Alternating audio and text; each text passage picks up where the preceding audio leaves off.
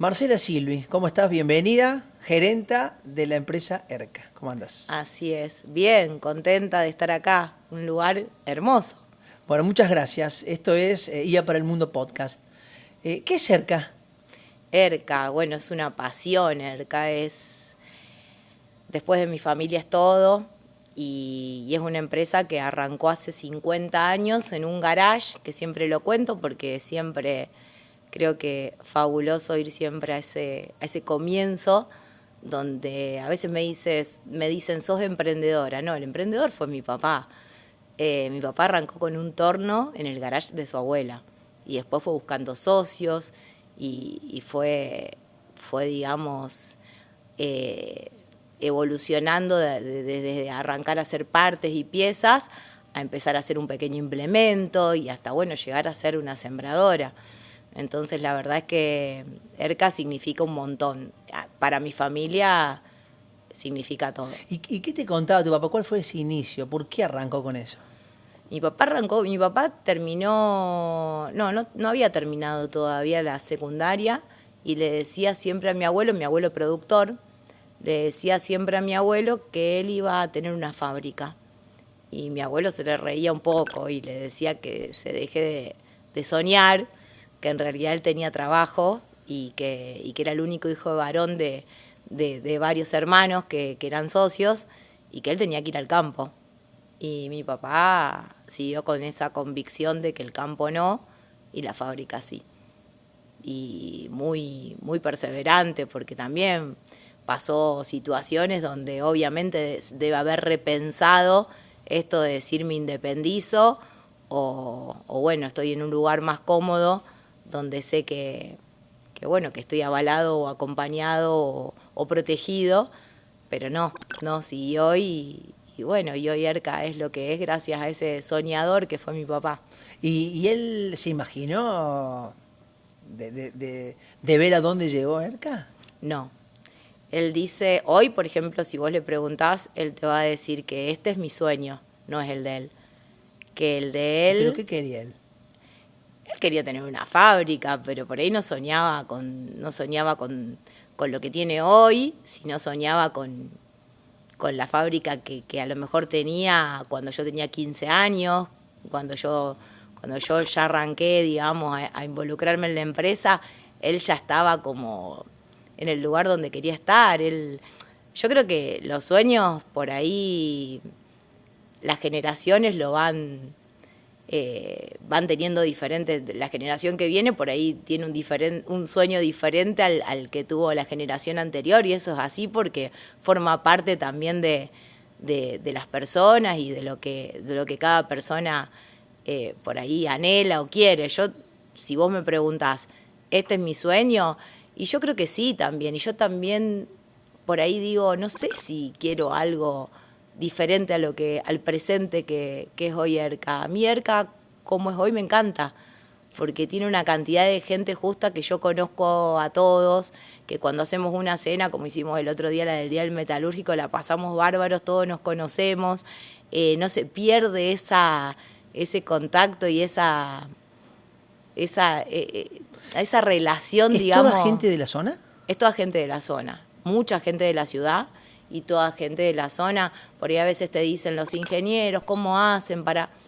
Los chicos se van a estudiar a Rosario, mi hijo está estudiando en Rosario y no tiene idea de quedarse en Rosario e irse a vivir a otro lugar. Los chicos vuelven yo digo por ahí al pueblo, vuelven a la ciudad, que es Amsterdam. Si digamos, me preguntás dónde elegirían nacer si volvieran a nacer, es en Amsterdam. Es una ciudad pequeña, industrial, muy industrial, y que siento que me representa porque es una ciudad de lucha, de muchos industriales, de muchos productores, de muchos trabajadores de la industria metalmecánica que bueno, que nos enorgullece como ciudad, realmente nos enorgullece como ciudad. Recién hablaste de los 15 años y tu etapa de niña en la fábrica. ¿Qué recordas de eso? Y yo iba a la escuela a la mañana, iba a la secundaria. En Amsterdam no hay escuelas privadas, son todas escuelas públicas. Y bueno, los hijos de la gente que trabajaba con mi papá iba a la escuela conmigo, nos encontramos todos en todas partes. Y bueno, yo a la tarde iba a la empresa y bueno, me ocupaba de algunas cosas y me fui involucrando de a poco. Que después, bueno, para hoy por ahí ocupar el lugar que ocupo, después me tuve que ir preparando mucho más, pero en ese momento iba para pasar un poco el tiempo porque no tenía tanta exigencia y me aburría y además quería tener mi plata, se olvidaban de pagarme. Y bueno, nada, me gustaba involucrarme. Mi papá como pero que tu papá te decía, vení, involucrate, vení a empezar a vivir no, lo que creo es la fábrica de adentro. No, creo que me nació a mí de decirle, che, papá, ¿puedo ir a trabajar a la fábrica? No, creo que me nació a mí. No me acuerdo si me dijo que él me propuso. No, yo creo que no. No, mi papá, de hecho, tampoco me propuso como gerente general, tampoco me propuso para manejar la empresa. Él siempre en esas cosas se quedó muy al margen. Si bien a lo mejor, digamos, era lo que quería o lo deseaba o le gustaba que yo lo sienta como lo sentía, creo que él siempre se quedó muy al margen por una cuestión de ser objetivo. Uno es muy difícil que sea objetivo con un hijo, ¿no? Contanos un poco, ¿qué hacen en ERCA? En ERCA fabricamos sembradoras para todo el país y, bueno, exportamos a Uruguay y ahora estamos por nuevos mercados como Paraguay y Bolivia. Y sí, todo el país, que a veces cuando decimos todo el país es grande y las zonas son muy diversas y lo que fabricamos no es un producto estandarizado porque trabajamos muy en el traje a medida para cada productor. ¿Ese traje a medida es porque el suelo es distinto en cada provincia? Esa es una de las razones y la otra razón es porque cada productor, cada ingeniero, cada contratista tiene necesidades diferentes y utiliza la máquina con propósitos diferentes, distintos cultivos, distintas distancias, tiran distinta cantidad de kilos de fertilizante. Pero te interrumpo, ¿vos le haces una máquina a medida a cada cliente? Sí, no sale uno igual. ¿Y cómo es eso? Aunque no lo creas. ¿Cómo es eso? Es un lío. Claro. Es un lío y los ingenieros, imagínate que estudian mucho el tema de la estandarización, de poder trabajar de una manera organizada, con Kanban, con un montón de cuestiones que tienen que ver con poder ser más productivos, obviamente. Y trabajamos en ser más productivos, trabajamos en la estandarización de algunas partes y piezas, pero sí es cierto que no sale una máquina igual y a nivel producto, pero si después lo pasás a nivel negocio tampoco, un negocio al otro, a nivel comercial, a nivel producto, y sí, cada negocio tiene su particularidad. ¿Y cómo haces un seguimiento de cada uno de esos clientes? Primero, los recibís vos y después el seguimiento, porque como vos me decís, si son todas las máquinas diferentes, seguramente vas a necesitar un seguimiento del funcionamiento de la misma, el postventa. Todo arranca de una nota de pedido donde queda, digamos, sentada como fue armada la máquina y después la postventa tiene clarísimo, invocando esa nota de pedido, cualquier situación que tenga que ver con esa máquina. Y bueno, sí, comercialmente somos muy de estar cerca de los clientes, por eso antes hablábamos fuera de cámara del tema de la inteligencia artificial y del tema de las ventas en otros canales que no sean los convencionales, como hoy es cara a cara o en el campo, o en el cliente, o en la fábrica mostrándole los productos, que creo que todo pasa por la experiencia que tenga el cliente. Nosotros en ERCA tratamos de que el cliente tenga una experiencia única, que no se sienta un número, que se sienta especial, porque nos gusta hacerlo sentir especial. Somos muy amigos de muchos clientes que tenemos en ERCA, de muchos años. Tenemos muchos clientes muy fidelizados con la marca y que nos ayudan mucho a crecer. Entonces nos debemos al 100% a nuestros clientes. Yo creo que si hay algo que no va a cambiar es la manera de hacer negocios con nuestros clientes, que es a través de una red de concesionarios y esa red de concesionarios se apoya mucho en la empresa, en venir a la empresa con los clientes, en que nosotros nos movamos. Muchas veces me voy con el representante de zona y nos vamos a ver a ese cliente que está muy peleado el negocio, o que tiene ganas de charlar con nosotros, o que tiene ganas de que nos sentemos a hablar de algunas particularidades del negocio, teniendo en cuenta que ya a lo mejor nos conocemos o no nos vimos nunca, pero mismo en las exposiciones, estamos todos y todos ahí tratando de que se sientan cómodos. Armamos siempre un evento en Expo Agro, que es un after los miércoles, que a veces somos 800 y lo disfrutamos un montón, porque también tiene que ver con esto del encuentro desde otro lugar, del fidelizar a los clientes desde otro lugar, desde un lugar donde todos nos divertimos, todos la pasamos bien y no hay un negocio de por medio. Marce, y en la evolución de tu producto, la opinión del productor, ¿cuánto vale ese cliente?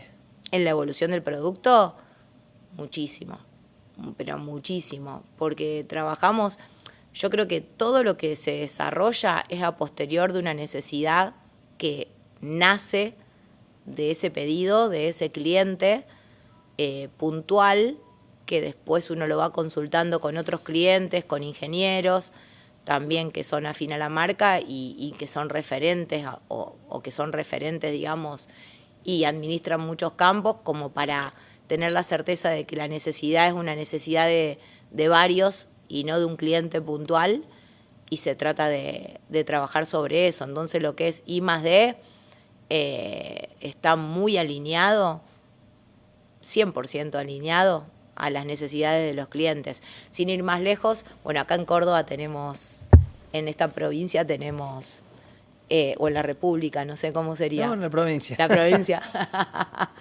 En la provincia de Córdoba tenemos muchos clientes muy valiosos, que nos marcan tendencias de cosas que por ahí están por venir, que vieron en otros países, en ferias que fueron, porque también creo que la vara está muy alta. Los productores, los contratistas, bueno, para mí el contratista es una figura maravillosa, porque llega a un campo y le dicen: quiero tirar tantos kilos de fertilizante, voy a tirar microgranulado, voy a hacer esto, voy a sembrar a 42, después quiero sembrar a 35, y bueno, y nada, es como que le van cambiando las necesidades al contratista, los dueños de ese campo, los ingenieros que administran ese campo. Y bueno, para eso hay que estar preparado como empresa, como para que el contratista llegue al campo y diga: bueno, ¿qué necesitas hacer? Porque todas esas variables que vos querés hacer, yo puedo responder con mi máquina. Y ahí es donde entramos nosotros a tratar de que la máquina sea lo más versátil posible, sí, para que ese contratista no quede pagando cuando le pidan algo que necesita ese campo donde le dan trabajo. Hablaste de clientes en Córdoba, en Santa Fe. ¿Dónde es el lugar o la provincia donde más máquinas venden? Nosotros vendemos muchas máquinas en la provincia de Entre Ríos. Tenemos un concesionario que es fabuloso, que es un concesionario con el que trabajamos mucho. Entre Ríos, por ahí para el que no sabe, es un suelo muy particular, son, digamos, campos con mucha terraza, con cuestiones a trabajar en el producto, y ese trabajo se hizo hace muchos años con este concesionario, que es Kunzi Maquinarias, que está en Paraná, y se trabajó muy, muy fuerte en que el productor o el contratista de Entre Ríos tenga una máquina que en Entre Ríos haga una buena siembra con una muy buena calidad y con la certeza de que con la máquina que compra va a poder sembrar, porque ese es el punto. Sí, poder sembrar y después el segundo punto es sembrar bien. Sí. Son máquinas que son más modulares, que tienen refuerzos y que tienen cuestiones distintas. Ejemplo, una máquina de grano fino que siembra trigo,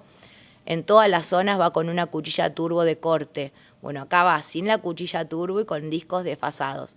Hay cuestiones muy particulares, el que entiende de esto, sí, va a saber entender lo que le estoy diciendo. Hay cuestiones muy particulares que son impensadas, pero que se elaboraron y se trabajaron mucho para esa provincia que tiene sus particularidades a nivel suelo. Y muchas veces el concesionario de Entre Ríos dice: la ERCA siembra en Entre Ríos, y como siembra en Entre Ríos, puede sembrar en cualquier lado, porque Entre Ríos es Entre Ríos. Volvamos a la gente que trabaja. ¿Cuántos empleos tienen ustedes? 170 aproximadamente. ¿Y cuál es el valor para vos de darle trabajo a 170 familias de tu Armstrong? A ver, nunca me habían hecho esa pregunta. No, siento que... ¿Es gente que la conoces Sí. de cuando vos eras chica, alguno, o hijos de ex empleados? Es que hay gente trabajando en la empresa de más de 40 años que trabajan en la empresa. Hay gente trabajando en la empresa con 70 años, 70 y pico, que me preguntan, che, sigo un año más, ¿todo bien? Sí, todo bien. Porque si te digo, son excelentes. Y arrancaron con mi papá. Y los conozco desde que yo era chiquita. Así que imagínate. Creo que ese es un valor inmenso que tiene la empresa, de tener gente de tantos años y que siga trabajando en la empresa. Yo digo que la fidelización de la gente que acompaña, de todos los colaboradores, y la fidelización del cliente son dos objetivos principales que tiene que tener cualquier empresario. Lucas Recalde, ¿cómo estás? Bienvenido ahí a Para el Mundo Podcast, director de 13 Construcciones. Suena fantástico. ¿Qué es 13? ¿Qué es 13? Qué linda pregunta, me encantaría conocer la respuesta. Che, pero no, 13 es un sistema socioproductivo que adentro tiene distintas tecnologías, entre ellas una tecnología constructiva, que es lo que más se ve. Construimos casas con plásticos post-consumo. Pero en realidad esa es una parte del sistema tecnológico. Todo el resto es con quienes nos relacionamos y cómo nos relacionamos para los distintos artefactos. Vos me vas a decir, ¿qué artefactos? Bueno, hay un artefacto que es la vivienda, hay un artefacto que son los tipos de maquinarias y hay un tipo de sistema que es cómo nos relacionamos entre los distintos actores sociales, entre ellos empresarios, entre ellos bancos, gobiernos y organizaciones de los territorios. Vuelvo al paso inicial. ¿Por qué decidiste emprender en este rubro? Bueno, en realidad vengo de otra empresa que empecé, que es un salón de fiesta, digamos, nada que ver, en la cual me empezó a llamar mucho la atención la cuestión social, pero no la cuestión social vulnerable solamente, todo lo que significaba lo social, ¿no? Las sociedades. Me dolía lo social vulnerable, empecé un proyecto de responsabilidad social empresaria y bueno, en un momento digo, esto no tiene escala hacerlo dentro de este negocio. ¿Cómo puedo hacer para lograr que estos objetivos tengan una escala totalmente mundial? Ahí nos metimos a pensar la problemática del hábitat y nos metimos en la problemática de los plásticos post-consumo y eso nos daba como que donde hay una botella de plástico puede haber un 13, ¿no? Donde haya una problemática de empleo, donde haya un plástico tirado y donde haya una problemática del hábitat. Bueno, vos veías que había plástico, que sobraba plástico, ¿y en qué momento decís esto puede ser utilizada para la construcción de una vivienda? Bueno, con serendipia. Siempre lo cuento esto, ¿no es cierto? Como cordobeses nos imaginamos otras palabras y no serendipia. Pero bueno, yo ya había identificado que para que escale teníamos que pensar una cuestión de habitacional, viviendas. Había buen negocio ahí. Empezamos con el barro, con la creencia de que el costo del insumo era muy importante en la vivienda. Y yendo un día al basural de mi pueblo, de Agua de Oro, paso por encima, arriba unas botellas y me choco con un fardo de botellas. Y entonces le pregunto al hombre que trabajaba ahí, le digo, che, ¿por qué lo pone acá? Casi me muero un infarto porque fue un ruido. Me dice, es que es demasiado duro y es tan liviano, ¿viste? Y eran todos problemas que yo estaba teniendo en mi cabeza, che, necesito algo duro, pero que sea liviano, resistente, digamos. Entonces empecé a investigar, googleé qué era el plástico, qué era el PET en ese momento, que eran las botellas, Y bueno, tenía más propiedades que la aloe vera, ¿viste? Entonces lo empezamos a pensar a cómo lo metíamos dentro del muro. Y esto decís, lo empezamos a pensar. ¿A quién asociaste vos para avanzar con esto? Bueno, yo tengo, en ese momento estábamos trabajando con el Fede, que es mi socio, y con Victoria, que también es mi socia, que es arquitecta. Y bueno, veníamos, que también estábamos todos metidos en el otro negocio, digamos, porque todo iba dentro de lo mismo. Es como un spin-off, es como que se estaba repensando adentro de la otra empresa para que algún día se desprenda, pero éramos todos lo mismo. Somos pymes, ¿viste? Somos todos lo mismo. Y bueno, yo en ese día me engancho un fardo, estábamos haciendo unos reboques. ¿Te lo llevaste? Sí, se lo cargué, le digo, ¿cuánto sale esto, don Nieto? $1 el kilo, me acuerdo. Se lo compro, a un fardito. Y estábamos revocando unas habitaciones que estábamos haciendo en barro. Entonces le digo al Fede, que después sería mi socio, le digo, flaco, si pega el reboque acá, la pegamos, ¿viste? Y bueno, hicimos justo, estábamos ahí, ¿viste? Como en el hacer. Yo soy no te voy a decir que un fanático, pero sí un creyente que el aprendizaje es haciendo, ¿no? Esto ya lo decía Freire con la praxis, ¿no? Nosotros teníamos un montón de desafíos, pero no íbamos a llegar a ninguno sin probar desde la materialidad, desde lo físico. De hecho, la primera casa que construimos era con todas las técnicas que conocíamos. Tiene un poco de adobe, tiene un poco de quincha y cortadera, las 3 técnicas del barro, las técnicas tradicionales, ladrillo común, ladrillo hueco, ladrillo cerámico y el PET, y con plástico. Y un muro lo hicimos todo con lo que había dando vuelta, lo metimos. Y todas funcionan, ¿no? Ahí, en ese proceso nos dimos cuenta que todas estas problemáticas que abordamos, que vemos, porque vemos que ves una casa, entonces decís, abordo la problemática del hábitat. Ves plástico, decís, aborda la problemática ambiental, y bueno, al ser una empresa, aborda la problemática del trabajo. Y esas 3 problemáticas, ninguna tiene la problemática que es tecnología industrial. O sea, este imaginario que la problemática del hábitat la resolvemos trayendo una máquina alemana, yo digo, porque todas las máquinas alemanas son buenas, nos va a resolver la problemática del hábitat, es falso. Si creemos que vamos a traer una empresa alemana para que construya algo acá, o norteamericana, para que nos resuelva el problema del trabajo, es falso. Y si creemos que tenemos que comprar una máquina para que desaparezca el plástico, es falso. Porque las 3 problemáticas son problemas tecnológicos sociales, no industriales. Y por eso 3C es una forma de evidenciar esto. Lo que nosotros buscamos de 3C no es ser la constructora más grande del mundo. Es que todos los que estamos en la construcción, los que estamos en lo social o los que estamos en lo ambiental, repensemos las tecnologías para repensar nuestras problemáticas. Vos que tenés esto que hablas de IA, que me fascina, que me vuelve loco, porque el nuevo debate ya no son más las respuestas. El mundo siempre, nosotros tenemos más o menos la misma edad, ¿no? A nosotros nunca nos enseñaron a hacer preguntas, siempre nos enseñaron a responder respuestas de preguntas hechas.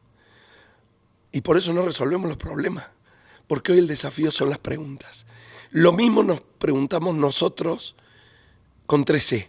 ¿Cuál es la pregunta correcta? Como no la sabemos, la vamos construyendo. Por eso es una tecnología que aborda la complejidad desde la complejidad. Che, ¿esta es la solución? No sé. Vamos probando. Lucas, ¿y con qué personas trabajas? Mira, más allá de trabajar con personas, trabajamos con instituciones. Los premios Nobel de Economía, los últimos que ganaron, gana el premio Nobel por decir que los países crecen por la calidad de sus instituciones. Y estoy totalmente de acuerdo. Los seres humanos no trascendemos a través de las individualidades, trascendemos a través de las instituciones. Entonces, lo colectivo más que lo individual. No existimos de lo individual. Es falso. Creer que estamos solos en el mundo y que el éxito viene porque somos picantes, individualmente es falso. Una de las mentiras más estúpidas que tiene el ser humano. Dependemos desde que nacemos, que alguien nos dé la teta. Esa es la primera institución, la familia. Lo que te construye tus valores, hoy todo lo que te podrías considerar en la mente que sos, no digo que seamos solo eso, viene de tu familia, viene después de la escuela, viene del club, viene de todo lo que te rodea. Nuestra forma de pensar, nuestro algoritmo de pensamiento, no he inventado, he adquirido. Entonces, bueno, me fui. Acordate de frenarme porque me voy a Melmac. Estás trabajando con ONGs, por ejemplo. Laburamos con organizaciones de los territorios que no se victimicen. Nosotros tenemos que laburar una de las grandes problemáticas de los territorios vulnerables y no vulnerables, porque como empresario te digo que también me victimizó. Viste, que no tengo crédito, que si yo estuviera en tal lado. Che, los empresarios somos una sociedad que se victimiza. Nosotros lo que tratamos de hacer es reflexionar esto también. Che, ¿qué pasa si no nos victimizamos más? Esta es la teoría del desarrollo endógeno, que dice, haz lo que puedas con lo que tengas donde estés. De hecho, eso lo decía Ford, ¿no? Entonces, che, ¿qué hacemos con lo que tenemos? Che, no, pero podríamos tener, pero ¿qué hacemos con lo que tenemos? ¿Qué hacemos con los plásticos? ¿Y de dónde sacas las botellas? Están en todos lados. En todos lados. Lo que queremos es que activar también economía en territorios vulnerables. Entonces nos aliamos con organizaciones de los territorios que activen sus redes para traccionarlo. Pero para eso hay que ponerle precio. Entonces nosotros metemos el plástico en un artefacto que es una vivienda, que una casa de 150 metros cuadrados lleva 1.500 kilos de plástico. Por lo tanto, no nos impacta tanto el precio del plástico con respecto al artefacto final. Entonces lo puedo pagar casi lo que quiero. Hoy yo estoy pagando el kilo de plástico 1.000 y pico de pesos. Y hoy el plástico más valioso en el mundo del reciclado cuesta 250, 300 pesos. Hay PET blanco que no cuesta nada y nosotros nos sirve de la misma manera. Por lo pronto usamos PET, pero la idea es usar cualquier plástico que venga de los alimentos. Me acabas de dar un número. ¿Cuántas botellas de plástico usás para hacer, no sé, una habitación o cómo lo podemos medir para la gente que nos está viendo? Bueno, mira, por metro cuadrado de pared pesa 30 gramos. Te voy a hacer algo más fácil y más didáctico. ¿Viste los Big Bag, esos de arena? Sí. Bueno, ¿vos sabés cuánto pesa uno lleno de plástico sin prensar? No, ni idea. 22 kilos. O sea que imagínate que si yo metí en una casa 1.500 kilos, ¿cuántos de esos metros cúbicos son? Como 90. ¿Y cuáles ¿Te son imaginas? Sí, ¿Sabes cuánto sí. mide un edificio de 30 pisos? No. 90 metros. No, de 10 pisos, 3 metros, Sí. 30 metros. Podemos subir, bajar y subir, o podemos hacer 3 filas de Big Bag en un edificio es una locura. Porque casi todo es volumen, es ultraliviano. ¿Y cómo haces para la gente que te está mirando? Bueno, una casa con paredes de plástico, se hacen fardos. Un fardito con una máquina manual que fue pensada para poder colocarla en estas ONG. Es una máquina que no usa agua, que no usa energía. ¿Por qué? Porque lo que nosotros necesitamos de este elemento es aislación. En la vivienda necesitamos aislación, ¿no? Para poder, si le ponemos un poquito de calor, que lo mantenga, y si tiene un poquito de frío, que lo mantenga. El plástico lo que hace es encapsular, al igual que hacía antes, que te guardaba un líquido o un alimento, hoy hace lo mismo. Entonces la ponemos horizontal, entonces rompe la convección del aire. Y eso produce la imposibilidad que se mueve el aire y genera la ruptura del puente térmico entre un lado de la pared y el otro. Así es fácil, así funciona. Es una casa que en verano es fresca y en invierno te mantiene en calor. Es como un termo. O sea, la botella lo que te hace es aislar. Después el mortero, el revestimiento, te ayuda a mantener eso, si le pusiste frío, se enfría, pero no lo transmite. Cuando llega al plástico es como un cable. La luz va, o la electricidad va por dentro del cable. ¿Por qué no puede salir? Porque está aislado por el plástico. Esto hacemos lo mismo. Es un termito. Todo lo que vos le pongas te lo mantiene. Bueno, ¿y cómo es la característica de la casa? ¿Es segura? Muchos te habrán dicho, pero es plástico, puede Se prende incendiarse". fuego. Claro. Bueno, sí, se prende fuego. Sí, se puede prender. Entonces, ¿qué hacemos? Los plásticos son como la madera, materiales que se combustionan. Casi todos los materiales se queman, pero se queman lindo, dirías vos. Entonces, ¿cómo lo protegemos? Con el mortero tradicional. O sea, lo revestimos con materiales incombustibles. Por cada centímetro de mortero tradicional, a vos te da una protección de 30 minutos. Entonces vos, por lo general, tenés 3 centímetros de mortero. O sea que tenés una protección contra el fuego de 90 minutos. La normativa te pide en 2 pisos un RF60. O sea que estamos holgados.